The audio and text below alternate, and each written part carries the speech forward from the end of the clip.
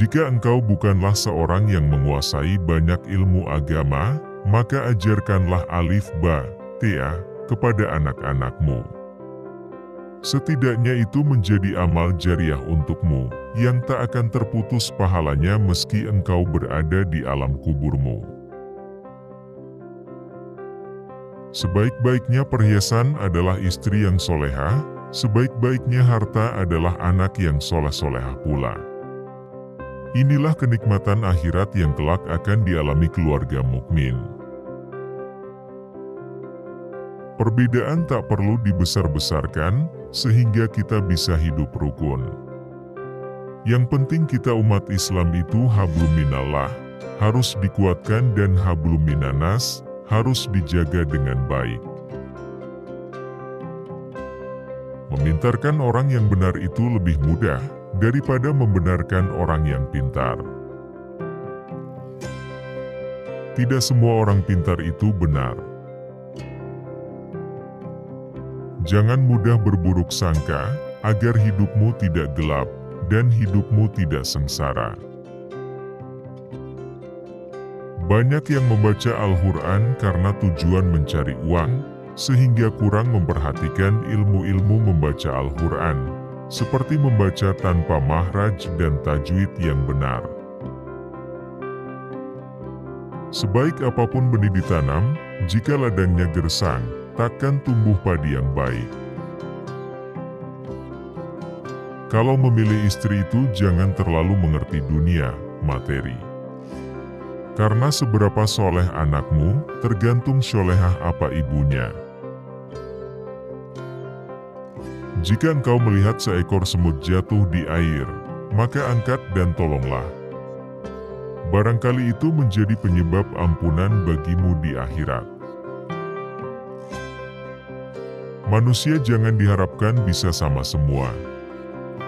Justru dengan perbedaan-perbedaan itu, bisa jadi seni yang indah.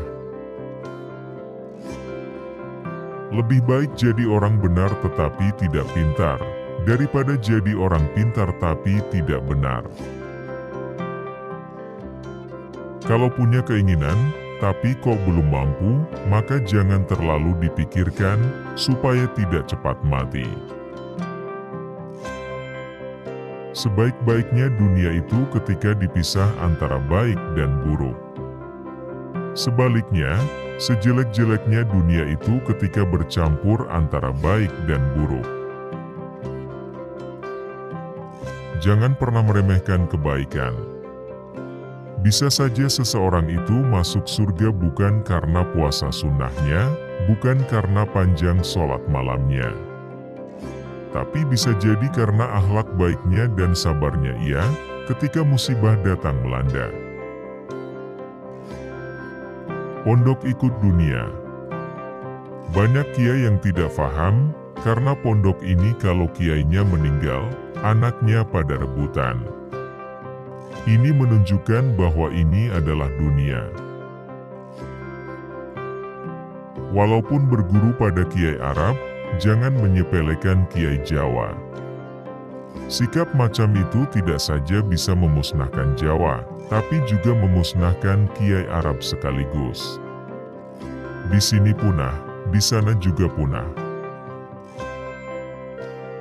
Besok kalau sudah berumah tangga, setiap mau masuk rumah jangan lupa baca surat Al-Ikhlas, meskipun hanya sekali. Orang Yahudi dulu mau mengajar kalau dikasih uang. Tetapi kebanyakan kiai sekarang, mondar-mandir sambil rokokan tidak mau mengajar, kalau tidak dikasih uang. Yang paling hebat bagi seorang guru adalah mendidik, dan rekreasinya yang paling indah adalah mengajar. Kekalahan pertama seorang santri adalah manakala ia mulai kehilangan wadzifah, kegiatan, wiridnya. Hidup itu bisa dikatakan tentram, bila punya uang tidak merasa bahagia, dan bila tidak punya uang tidak merasa susah. Jadi guru tidak usah punya niat bikin pintar orang. Nanti kamu hanya marah-marah ketika melihat muridmu tidak pintar. Ikhlasnya jadi hilang. Yang penting niat menyampaikan ilmu dan mendidik yang baik. Masalah muridmu kelak jadi pintar atau tidak, serahkan pada Allah. Didoakan saja terus-menerus, agar muridnya mendapat hidayah. Ketika melihat murid-murid yang menjengkelkan dan melelahkan, terkadang hati teruji kesabarannya.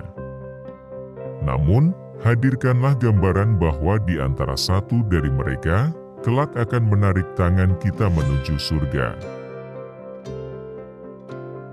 Jalannya surga itu ilmu. Bisanya dapat ilmu itu ngaji. Ngaji dengan cara ulama atau kiai. Modern ya modern, tapi jangan lupa ngaji, walaupun 1 minggu sekali. Manusia yang bagus itu tak berubah sikapnya, dikala senang maupun susah. Nak, kamu kalau jadi guru, dosen atau jadi kiai, kamu harus tetap usaha. Harus punya usaha sampingan biar hati kamu nggak selalu mengharap pemberian ataupun bayaran orang lain. Karena usaha yang dari hasil keringatmu sendiri, itu barokah.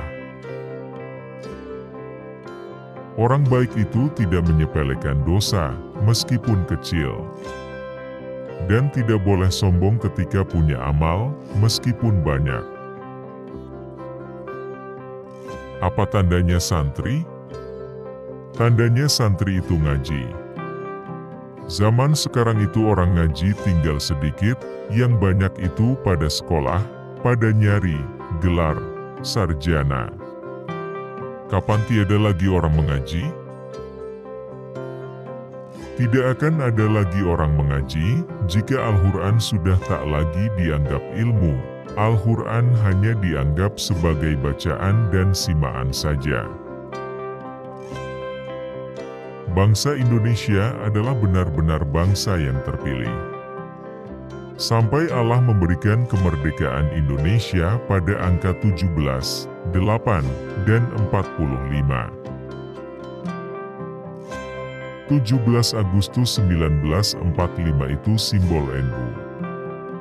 Jumlah huruf tulisan NU 17, tali logo NU 8, bola dunia 1, jumlah bintang 9, bintang di bawah 4, bintang di atas 5.